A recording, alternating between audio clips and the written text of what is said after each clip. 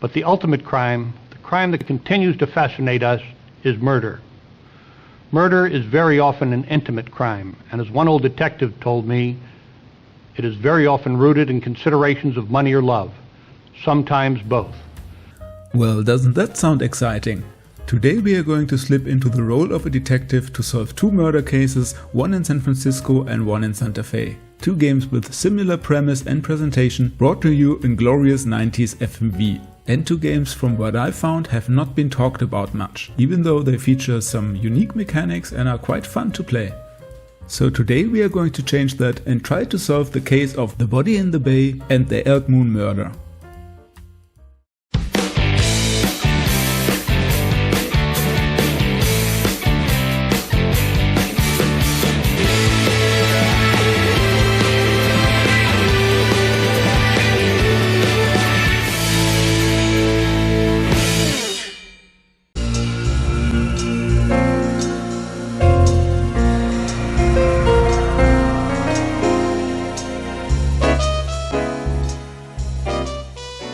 SFPD Homicide was released in 1995 still for Windows 3.1, though I did not manage to get the videos running under Windows 3.1 for some reason, so I'm playing the game in Windows 98 here. Some middle-aged men got killed in San Francisco at the pier, and it's your job to find out who was the murderer and collect evidence to put him behind bars. You do this mostly by talking to witnesses, collecting evidence and cross-examining everything you've got. If you build a strong enough case, you can arrest somebody to hopefully become the hero of the city. The game presents itself in a realistic, down-to-earth and no-nonsense fashion. Though the acting quality, as in most FMV games, will add a sense of humor, if unintentionally, to it. The developer consulted a real detective, and that shows because you get the nice immersion of doing some real detective work, especially with the dialogue interface where you cross off topics in your notepad and you can cross-reference things that other witnesses have said to get a second opinion on that, or maybe catch someone in a lie. This does sound rather mundane, but it's spiced up with a campy storyline brimming with intrigue, sexual affairs and shady characters. You have a limited amount of time to solve the case, but if you miss essential clues while talking to witnesses, they will sometimes leave a message on your answering machine giving you a hint. Generally, the game is definitely meant to be played through several times. I think you have to be very lucky to get it right the first time, but that doesn't bother me too much because it's still fun to play through it the first time, and then the second time around you have a lot more information to go by and can make better decisions. Now we have to talk about the atmosphere of the game. As I said before, the tone of the game is quite serious, but I really love how it matches with the 90s aesthetics and works as a time capsule to bring you back to those great hardboiled detective shows from that era. Though it does feel a bit more like a documentary than a crime drama, because there's really not much happening besides the interrogation and detective work. You see who this is? Yeah, it's your homeless guy. Yeah, it's Nicholas. Wait, how does he get here when he's supposed to be in a cell at the station house? I think San Francisco was a great choice for the location, and I'm glad that they didn't turn it into a tourism ride where you go from one landmark to the other, but it's more down to earth, fitting the overall tone.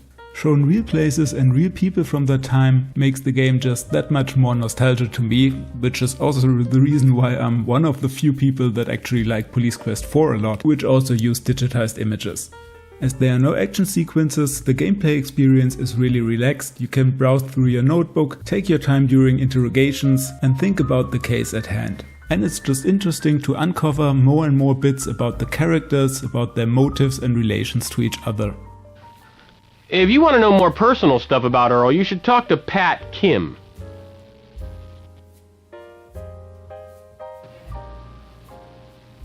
Pat's a real go-getter. Been here about a year. Sold plenty of timeshares. She and Earl are friends.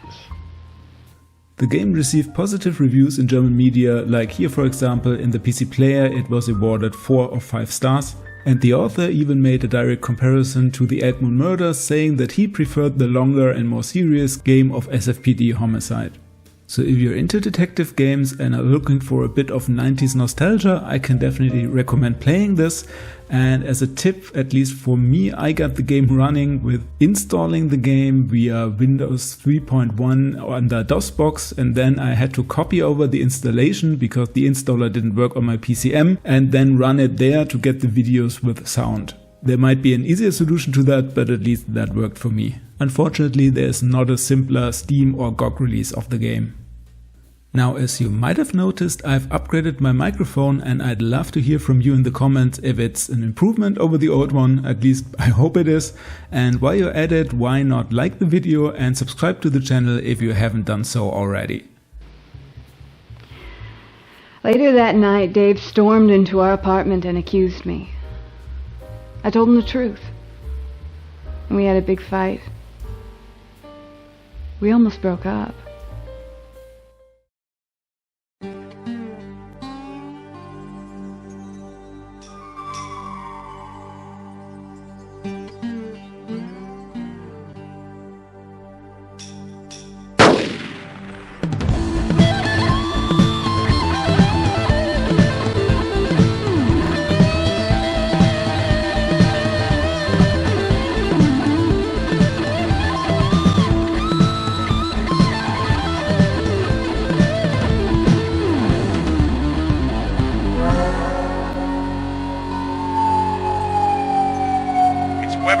We've got a 187. Anna Elkmoon's been murdered, and it's all over the news. Get down to headquarters pronto.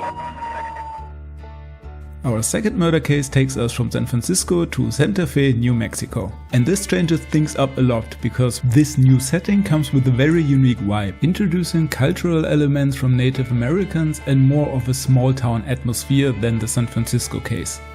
From a gameplay perspective, the two games are suspiciously similar, that I would even claim that the Elkmoon murder took some inspiration from the SFPD, though it still might be a coincidence and games were maybe just made this way during that time. In a nutshell, you search crime scenes, send in evidence for further examination, talk to witnesses and try to piece together who was behind the murder. The victim was a Native American artist who was in cahoots with almost everybody of the small town. And almost everybody you talk to has its own motive, be it money, jealousy or righteousness. There's also a subplot about some urban development making the town really feel alive with stuff happening right and left. The interface and overall experience is a bit more streamlined and modern compared to the SFPD game, and I would say it's the more approachable game of the two. Her murder for standing on a different side of the controversy? We had way too many opponents to kill all of them. We have to investigate every avenue. We only have a few questions. Well, I can tell you this. Anna Elkmoon, when it came to reality, had no idea what she was talking about. There's nothing more dangerous than an influential ignoramus. The game definitely features some higher production values and better acting. Overall, it's also a bit closer to a crime drama with more stuff happening during investigation and just a bit more drama, which makes the game feel a bit less like a time capsule, but overall a lot more entertaining in my opinion. So if you like those cheesy shows from the time back then, you will definitely enjoy finding out who was behind this murder. What the hell, man? Where'd that come from? Hands on the door. John LaCourse, I'm placing you under arrest for the murder and the robbery of Anna Elkmoon. You have the right to remain silent. You're crazy, man. Anything you say can and will be used against you in a court of law. One downside of the game to me was that there aren't many crime scenes that you investigate and you do a lot more talking than looking at evidence, but it's satisfying to unlock new conversation points and going back and forth between different characters. There are some obvious red herrings thrown into the game and it's not that hard to find out who was actually the murderer, but well, in the end in my playthrough I did find out who was it, but the murderer just shot me in the end because I did something wrong when I tried to arrest him or her. I find it also a bit of a bummer that the videos are interlaced. I would have preferred smaller videos without the interlace effect, but you get used to it quite quickly. The Elkmoon murder also scored a 4 out of 5 in the PC Player magazine, with the reviewer being impressed by the dense, hot and dusty atmosphere of the game. Personally, I'm having a hard time making up my mind which game I like better. On the one side we have SFPD Homicide with a longer and more intricate storyline and more involved puzzles. On the other side, Elk Moon Murder is more entertaining, I would say, with a more unique setting and more approachable mechanics. I had an easier time to get this running under PCM, but again, this is not a game that natively runs under Windows 10 or was released on Steam or GOG. Still, I hope you give these games a try. They are very unique and you don't get games like this today. Even though there are still FMV games being made, I think this detective style game, especially with that 90s vibe, is something that we've lost to the past. I hope you did enjoy the video, and with that said, see ya! I first heard of it when I was a graduate student, more than 30 years ago. It's an extremely important and rare artifact, a seminal work of the late Anasazi period, a key transition piece that influenced many pots made afterwards.